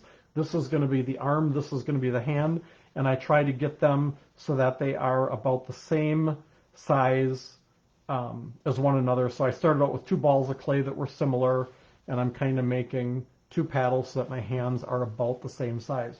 We're going to take a quick commercial break from this, and I'm going to show you guys, because I know some of you have been asking about some of the items. So we do have the Shimpo extruder, and these are $58, and there's free shipping in the U.S. So if you see items that I hold up that you want to purchase, all you have to do is in the comments section, you can just put in item number 89, and Janine will keep track of everybody that what items they want. And then in the next few days, I will send you a message that says what you owe for the items, and I'll send you a link where you can go to pay for these items. This has free shipping in the U.S. 48 states. It's 84. You have something else for 89. Really? You I have have a two. medium cone for an 89. Number 89 is not. Oh. All right. Okay. On the list, you have 84, so. Oh. You know what? I wrote the wrong number on there because the medium cone I've got is actually number 91. You're looking at old list. Flip forward. You went back too far. Go one more page. There. That's the new ones. Yeah. She was back. I had started a list, and then I found that so yeah, ignore those. I know, but I wrote some people on. Okay, well, you can move that over later, too. Sorry. So, yeah, that is item number 89 for $58. And that comes with a whole assortment of dies. And I'll show you which dies come with this one. It has that spaghetti die, and it also has, cut this apart here. It comes with a blank die. So this blank die, you can take a drill and you can drill different size holes in it. You can use drills, a hacksaw to cut different shapes into it. But let me show you what other ones come with this extruder. Oops. All right. So you also get a ribbon die, a big ribbon die. This is good for like the packages that we showed for doing ribbons. This also is good for strips of clay for making like moldings and trim. There's a triangle cutout. There is a square cutout. There is a large circle cutout, and then there's the spaghetti one. So that blank die, if you want holes that are bigger than the spaghetti, but not as big as this one, you can take a drill and you can drill one or multiple holes in there. These are just aluminum, and you can drill through those to make whatever different types of attachments that you want for that. So again, that was item number 89, and it's $58, and there's free shipping in the U.S. 48. That doesn't fit, unfortunately, in a flat rate shipping box to be able to ship that anywhere. Then, if you are interested in the cones, so we've got a few different options. We've got a kit that has the large cone, it has the 12-inch cone, and it has the new mini cone. So if you don't have any of the cones and you want the set of the three of them, that is item number 87, and it's $75, and there's free shipping in the US 48 for those, and that would include all three cones for $75. Or you can order just the large cone as item number 82, and that's $30 and $15 for shipping. And if you guys order multiple items that have shipping, when I condense them together, when I send you your total, I will let you know what the shipping actually is. So if you have 5 different items, you won't necessarily be paying all of the shipping fees on there. If you want just there's the cone upgrade. So a lot of you have the big cone. If you want the 2 smaller cones, you can add those 2 smaller cones for $30. That's item number 88. It's $30 for the cone upgrade and $15 for shipping. Or the medium cone, which is a 12-inch cone, that one is $25 and $10 for shipping. That's item number 91. And then we have the small cone I had showed earlier. That's item number 90, and that's $15 or $10. $15 and $10 for shipping. I wouldn't suggest ordering them all individually. If someone bought one last week. If you bought one last week and you want to upgrade, do that upgrade, which is item number 88, which is $30, then I can include those in with yours. I've got cones everywhere here. We've been pouring them like crazy. So tell me. Yeah, Lisa, I know your order is here, and we'll add those other cones to your order then, so that would be the upgrade that you want. If you're going to be working with just a small cone and you want to do little gnomes and things, this hair might be a little bit much on that small cone. So we do have a smaller extruder, and I've got one here that I'll show you guys how it works. I just got to unbury it from all my other tools here. So this is a little plunger type extruder, and so this one you drop a coil of clay down inside the barrel. Get it small enough here to fit inside there. So that goes down inside, and then this plunger goes into the end, and you it's almost like a syringe where you squeeze it, and then the clay comes out. And so this is a much more appropriate type of beard hair for the smaller cone. And this comes with a whole assortment of different dyes. There's larger round circles, there's the spaghetti ones, there are clover shapes, there's probably 30 different attachments that come in with that extruder. And this is really inexpensive. This is item number 92, and they're $10 and $5 for shipping. And that comes with the extruder, and all the dyes come in with that one. So that's item number 92.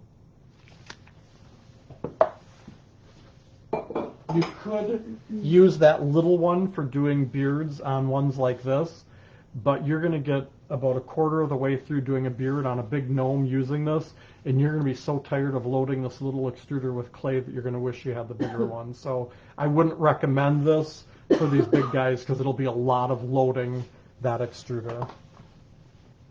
All right, so we'll go away from our commercial break and we'll go back to the hands. So we've got our paddle here. Like I said, if you do mittens, it's a whole lot easier because then all you have to do is take the tool and kind of make an indentation where your thumb is going to be, and then you can kind of round this off and make a mitten out of it. And I would smooth this a little bit more with my fingers to turn that into a mitten. If you want to turn it into a hand, then I would take a needle tool, and you get a needle tool in like a basic tool kit.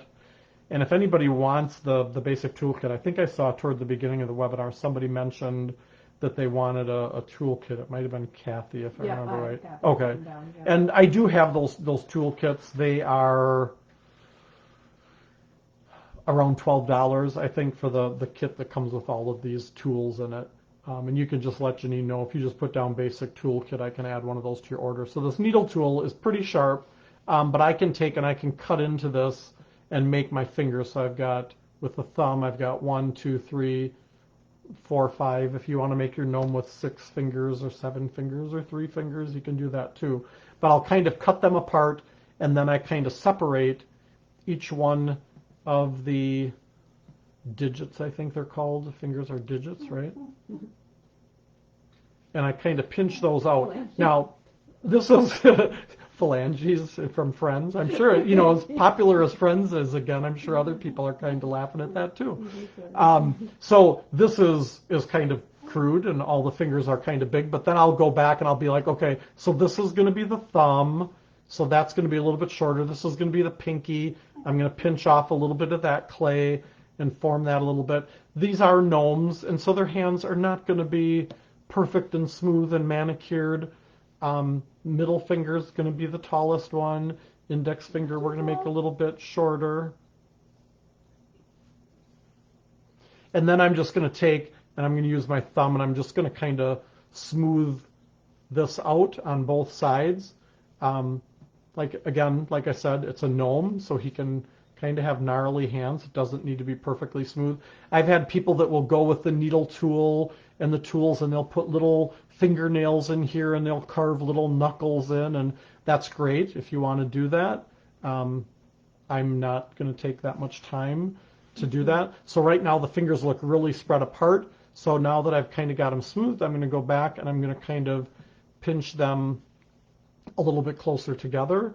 And I can always go with a wooden tool in between if it's kind of bumpy, and I can kind of press down in between. Again, I can go back with water after this is dry and smooth it out.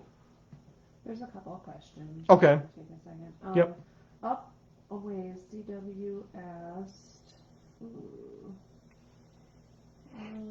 what does, I'm sorry, something Sorry. about what something about what something includes. I think it was the cones. Ask CW to. Oh, here. Oh, there. Whole set includes. Okay, so the cones, I think if was you what get you the, were talking about. yeah, if you get the whole set of cones, it's the large, medium, and small. So you get the 21-inch, the 12-inch, and the 7-inch cone in that set for $75. Okay, and then let's see. Are you all doing a classroom kit? We do have one on the website that, a classroom kit somebody's asking about. We do have one on the website that comes with 3 of the large 21-inch cones and 3 of the 12-inch cones. We have not updated that to include the small cones yet. What we'll do is we'll do an upgrade for that one that would have 3 of the mini cones. She said studio kit. Yeah, so for the cones we're talking, or are we talking? I don't know. She just said, are you doing classroom kits? And then she said, sorry, studio kits. Okay, yeah, so classroom studio kits would be the same for us. And so the cones do come on the website. There is a studio set that has 3 of each of the sizes. Right now it only has the 12-inch and the 21-inch that come in that assortment. We will be adding the 7-inch cones to that as well. That 7-inch cone literally is the first one out of the mold, and so that will go into production next week, early next week. Okay, and then does the, oh yeah, she's talking about the cones. Okay. Does that mini extruder come with a trigger? Oh, there is. Kemper makes a trigger that little gun fits into. I used to sell those, and honestly, it was such a pain loading that and then putting that into the trigger so that you had the trigger. They didn't sell very well, and we ended up discontinuing that in our line because it just was not. I really didn't care for it at all. And then someone wanted to know if they can still buy the leaves. Yep, I do have the leaves, and we'll take a commercial break once I put the hands on, and I'll show you guys the leaves. We'll talk about the Raku kit, and I've got a Raku Glaze kit and the leaves here to show you, and then we'll go out and we'll take the Raku piece out of the trash can, and you get to see what that is. So while I was talking, I kind of worked on both of my hands. When I add the arms on, I decide where I want them on the side of the piece, and I will take the wooden tool from that basic pottery set, and I actually drill a hole into the side just by twisting this tool to make a nice big opening. I make sure that I have a little bit, of an arm on this hand as well, and I will add slip to the end of that arm, and I will insert it in that hole. Oops, I went a little bit big with that hole.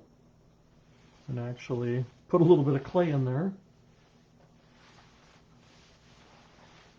Stephanie Lamb, do you want 89, which is a large extruder, the cones, which is 87, and 92, the small extruder, or did you just have the wrong number for the cones? I don't know, Stephanie, if you heard that. 89 with all 3 cones and 92 small extruder.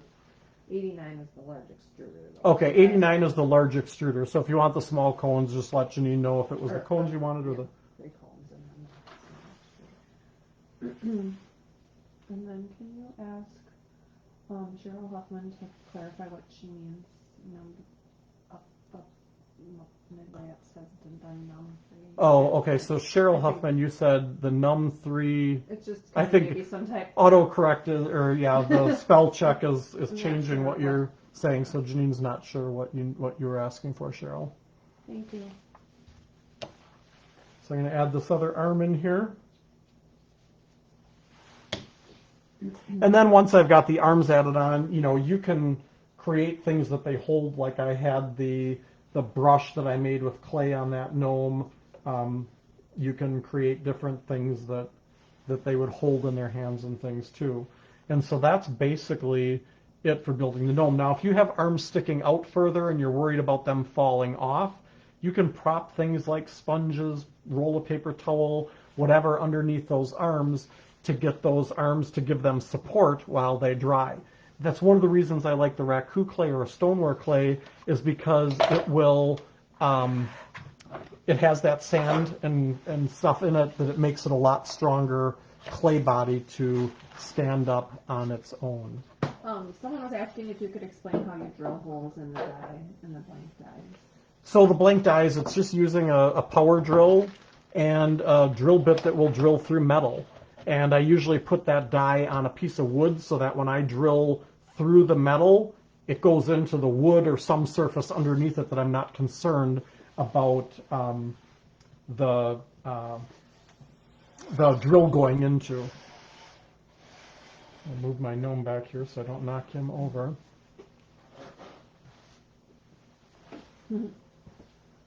Hiking, Cheryl said. All right. So time for another commercial break. I do have the leaves here. So the leaves, we've got 3 different assortments. We've got the small leaf assortment, which is number 86, and it's $75 and free shipping anywhere in the U.S. because this will fit in a flat rate shipping box. And this assortment comes with grape leaves. These are the pumpkin leaves. Lemon leaves, which is just kind of, I call it the traditional leaf. There's a set of 4 of those. The oak leaves, there's 3 different sizes of oak leaves. The dahlia leaves, there's 4 different sizes of those. The mum, there's 4 sizes. And the maple, there's 3 sizes of maple leaves. So you get all of those. Is the small leaf assortment is $75, free shipping in the U.S. We did sell out of these last week, but I have a shipment that left today. We should have these in again next week to be able to ship. So I've got a few orders here that are waiting for these leaves to come in, but we will have more of these. That's item 86 for $75. Then we also have a medium-size leaf assortment. And last week, if you didn't watch the live last week, I showed how to use these leaves for making bowls and things. This is item number 84, also $75, free shipping in the U.S. And this assortment comes with a larger oak leaf. And just to give you an idea, this is the largest one in the small set. So on this medium set, you get a bigger oak leaf. You get a larger grape leaf. You get 2 lily pad leaves. You get this one that's Cinerea. I'm not sure if that's the right way to pronounce it, but it's got really great texture on it. You get a small cabbage leaf. You get 2 hydrangea leaves. There's 2 sizes of those in there. And you get a small rhubarb leaf.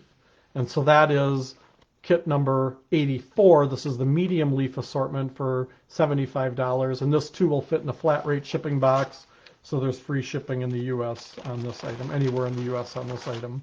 If there's anybody international or Canada that's in here, I think I saw somebody, Angela, I know is from Canada. I can get you a quote on shipping into Canada as well.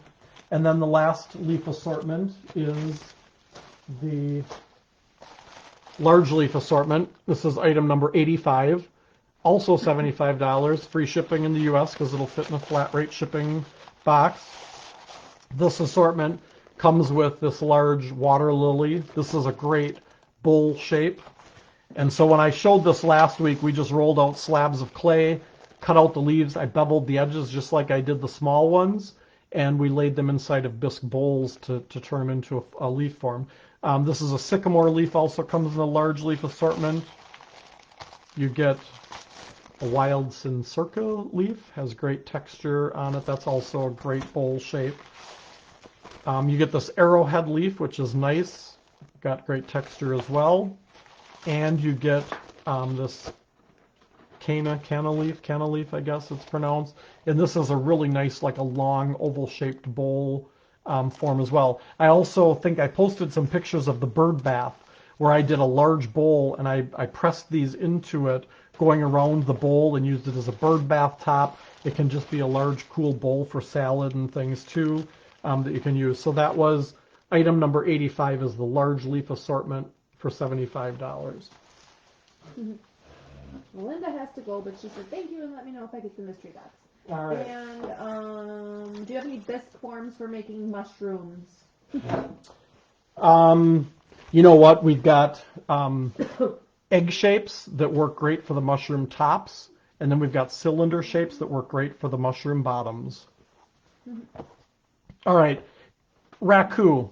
If you guys are interested in trying Raku, I do have more Rakutongs coming on, some skids of clay that are on their way in.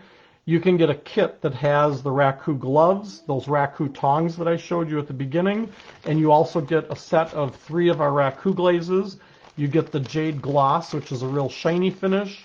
You get the Kaleidoscope, which is a matte finish, and you get the original, the RG600, which is a copper matte. That glaze is a matte finish, but if you put a gloss glaze underneath it, it will make that glaze glossy. So you can do gloss and matte on the same pieces with that glaze, just using the one color.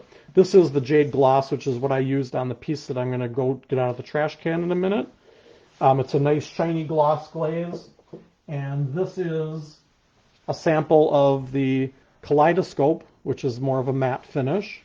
You get cool coppers and different colors with that glaze as well. And then the RG600 is matte like this, but like I said, you can get gloss and matte finishes by using any gloss glaze underneath those pieces. So the kit for the glazes, the Raku gloves, and the Rakutongs is item 93, and it's $99, free shipping in the US 48 on that because it is a long box. It doesn't, those tongs I could not fit in a flat rate shipping box. Gives you the glazes, the tongs, and the gloves. Now, if you just want the Raku Glazes, that's item number 83, and that's $35 and $10 for shipping. Gets you a pint of each of those 3 glazes, and we just got more of the RG600 in stock, and so those are ready to ship.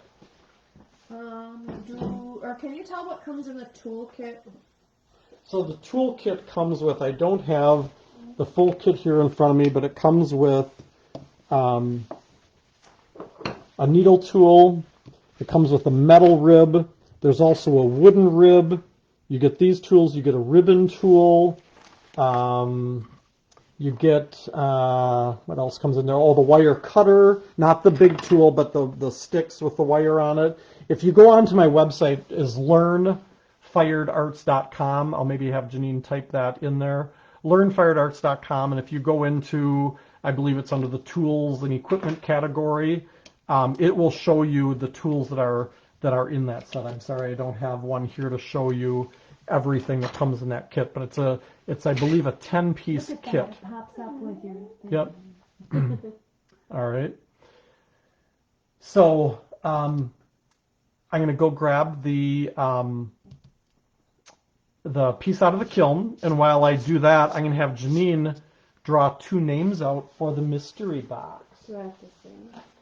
What's that? Do I like sing the Jeopardy song? Yeah, if you could sing Jeopardy. Oh, how much is just the large tongs? The large tongs, I have to see when this new shipment comes in, what my cost is on those. They're usually, the last time I got them, they were $53, $54. So I think it's going to be similar to that for just the tongs.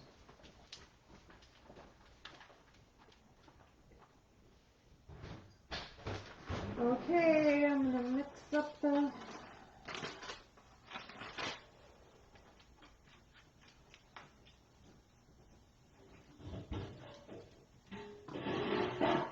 dish. Get it ready for Mike.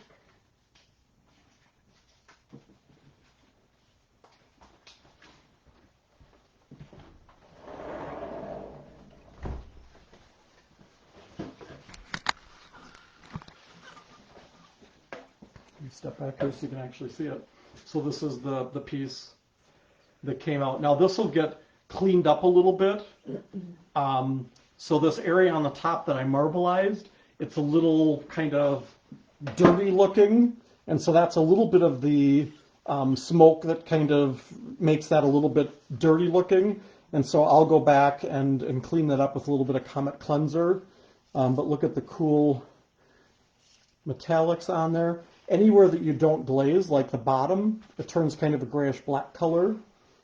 Generally, I find that I get a lot of copper on areas that are smothered. So you can see on the bottom of this, there's a lot of copper, and that is where it was kind of buried in a lot of the newspaper. You can see the whole reflection of the camera and everything back there in this face. So you'll never get two pieces of Raku to turn out exactly the same, but when you get a good combination of metallic colors, this is actually Mako Stroke and Coat up here, doing the marbleizing up there, and I'll cover that more when we do the full webinar on the Raku technique. So I just wanted to give you guys a little sneak peek tonight of what the Raku process is like. I still get excited every time I go out there and pull a piece out of the trash can. So, all right, did we draw names for the mystery box? No, I didn't yet. But there, how much is a box of low fire white clay? And can you use 06 low fire clay for Raku? Yeah, you can use low fire clay for Raku if it's not a Raku clay, and just fire it to like an 06, 07 rather than going to like an 04. A lot of times, Angela, the clay boxes, I've noticed that they'll say that it's an 06 clay body. It's usually recommended that most clays are fired to 04 for greenware firing, and then 06 for the glaze firing. So is that clear glaze underneath? Clear glaze underneath. Oh, on the marbleizing? No, it's all stroke and coat. And so this is kind of how I use the same colors on both of these vases. You can see how kind of dirty looking that is. This is once it's cleaned up, the white gets a lot brighter. So it's white stroke and coat and purple and jade and cantaloupe. And I also added a blue into this one as well. So that was a little bit different from the other one. All right, we can eat silver. All right, so we got two people for the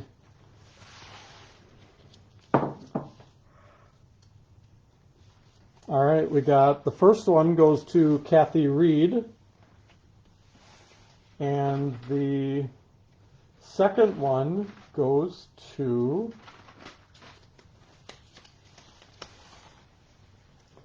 Marilyn, Wicked Marilyn. All right, so you guys ready to see what's in that box?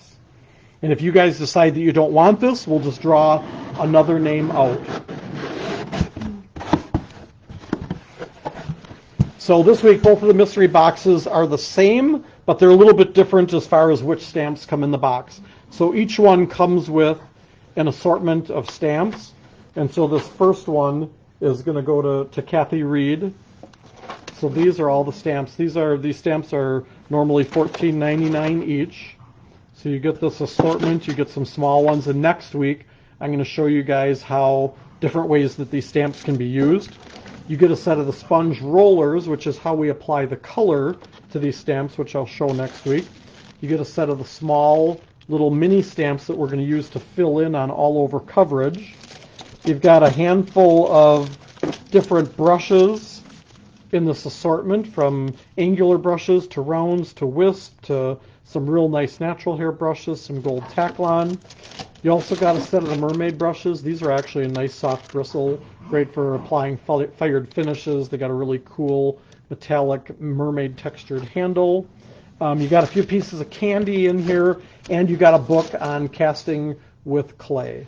So that's what each of them comes with. The other assortment, a couple of the stamps are a little bit different in there, but it's the same number of stamps. So this set is Kathy's. The other set is going to Marilyn. If you guys don't want it, make a comment in there now. So I see Kathy, I can hardly wait. I don't know if that was before or after. Let us know if you're not interested in this box. We will draw another name out for those. Okay, so there's a couple questions about the Raku. So Okay. that was, so only newspaper in the garbage bin? I talked a little bit about that at the beginning. You might have missed that. So I like to use newspaper. You can use sawdust. You can use any type of a combustible material in there. But there are some disadvantages to things like leaves that have hard stems. They can leave scarring in the piece because the glaze is soft, and that leaf can embed in there and leave some sharp edges on there when that glaze hardens then after it hits those leaves. So that's why I like to use newspaper. And then that was stroking coat and the Raku glaze, and then did you put clear glaze over the stroking coat? No, because the stroking coat is puddled on, and so most traditional glaze colors will fire out similar to how they would. So most stroking coat colors will fire out to what color they would in a normal firing. The Raku glazes are what give you all of those metallic finishes, and they generally are like a green glaze or a black glaze. A lot of times the greens that are used on Christmas trees, they have copper in them, and so you'll usually get a lot of those metallic finishes. Sometimes it's a black glaze, a brown glaze. Some of the color manufacturers, I think, take their Christmas tree green and they bottle it as, Christmas tree glaze, and they bottle it as a Raku glaze and probably tack $1 or $2 onto it because it's now a Raku glaze, but it's probably the same thing. So you can play around, and different colors will get different effects. Sometimes the traditional colors will pick up a little bit of a metallic finish to them if a Raku glaze overlaps them. And on this particular piece, you can see I let the Raku glaze drip down on the top, but I still got really traditional stroke and coat colors on there as well. Okay, Marilyn wants to pass on the box, actually. So thank you. Okay. Thank you anyway. And then how long does a gnome dry before firing? And yes, Cheryl, it's like a lottery. It's like we're just picking one name. Yeah, so the mystery boxes, there's 2 of them. So I just picked, the next name I picked is Lynn Tanner. Lynn, if you don't want that mystery box, let us know and we'll draw another name. Okay, and then what do you set the kiln at? 1780, and then hold for 10 minutes, then shut off? 1730, fire it as quickly as it'll go up to 1730, hold for 10 minutes to let the glazes level out, and then let it drop to 1680, and at 1680 is when I pull the pieces out of the kiln. But I usually do a several hour hold at 1680, so when it hits 1680 it doesn't continue to drop in temperature. And then can you just, first, maybe some people weren't here at the beginning about the mystery boxes, how... So the way the mystery box works is we've usually got 2 of them. They asked how they get their So early on in the webinar, or in the live, we just say if you're interested in mystery box, type in mystery box into the comments, and then Janine writes all of those names on a slip of paper, and then she puts them in a bowl, and then I draw out 2 names for the mystery box. Okay, and then have you ever used Raku on Christmas trees? Yep, I have. That is a good question. If I used Raku on Christmas trees, and I happen to have one right here that I can show you that. And again, finishes come out different, but this is the jade gloss on this tree, and I've got purples, I've got orangey coppers, I've got greens, I've got blues, lots of color in that tree, and it's just the one glaze on there. It's just the jade gloss on that tree. And Maria wants a mini cone, but also wants to know if you still have those toppers for the banding rails. I'm guessing those rubber things. I do have the toppers for the banding wheel, and so Janine, if she wants, she can mark one down for you. Explain what that is. Those were, you know what, I had them out here left from last week. I had a couple of them left from last week. It's just a round rubber form that goes on top of the banding wheel that prevents pieces from slipping and sliding on there. And those were $15 and $5 for shipping. And I think we still have about 6 of those in stock. So we'd be happy to send you one of those as well. I think I have everybody's questions. So. All right. So what we'll do is I'll go through all of the comments tonight, and I'll check over and compare it to the list that Janine has and see. It's rare that I ever find anything that she's missed. But I think I did find something one time. Oh, well. And I'd hate to deprive somebody of anything. So we will go through that list, and then what I'll do is I'll send you guys a total, and if it's being shipped, what it would be with shipping, and then I'll send you a link that you can go in. And so once you get the link, it's going to take you into my website. You'll click on that link, you go in, and it has a picture of a vase, and it says, like, this is where you pay for live event things. Don't focus on the vase. You're not buying that vase. I just had to put a picture in there of something. And so it'll have, the item is basically $1, and then it has quantity. And so if your total is $50, you put 50 in for the quantity, add to cart, and then it'll take you through the process. You can pay with PayPal, or you can use a credit card to pay. If you don't feel comfortable, it's a secure website. We pay for the security on there. But if you don't feel comfortable with that, you can call, and I'll, just let me know, and I'll give you the phone number that you can call and give me the credit card, and we'll process it then for you that way if you don't want to do it online. But it is very safe to do. Oh, and the price on low-fire clay. You did ask about that. So clay, I mentioned earlier, clay is pretty cheap, but the shipping is a killer. So I always recommend, if people can find somebody local to buy clay from that you can go pick it up, it's going to be more affordable than having it shipped. But what I found was those medium flat rate postal boxes for $15.05, I can fit a 25-pound block of clay in there. For the large flat rate shipping box, we can fit 2 blocks of clay, so you can get 50 pounds of clay in there. And so the clay, I'm just looking over at the block here, I have it written on here, a 25-pound block with the shipping is $39.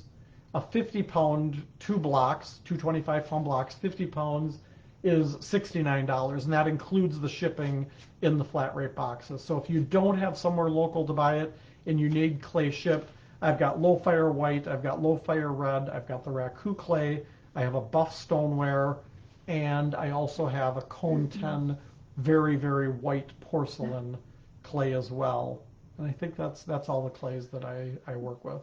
And I've got actually a skid of that coming in next week as well. So I've got a little bit left here, and then we've got another skid of clay coming in. So I'd be happy to send you clay. Just send me a message. I see Sabrina's asking about that. Send me a message, and we can add that to an order if you've got an order going out. Sabrina is excited. She bought everything. That's good. I've seen Sabrina very active in the newbies group and doing lots of cool stuff, so that's great. All right. So are there any other questions that anybody's got? If you think of anything, send me a message, type it in here. Happy to answer. I hope everybody has a great Christmas, Happy New Year. Hopefully 2021 can be better than 2020 with everything that we've been through. I don't want to say it can't be any worse, but hopefully we'll be off to a good start to the new year, and we can do things and spend time and things together. So I hope everybody has a great holiday season, Happy New Year, and well, I'll see some of you next week. We're going to do the stamping, but Merry Christmas and be safe and take care. Thanks, guys.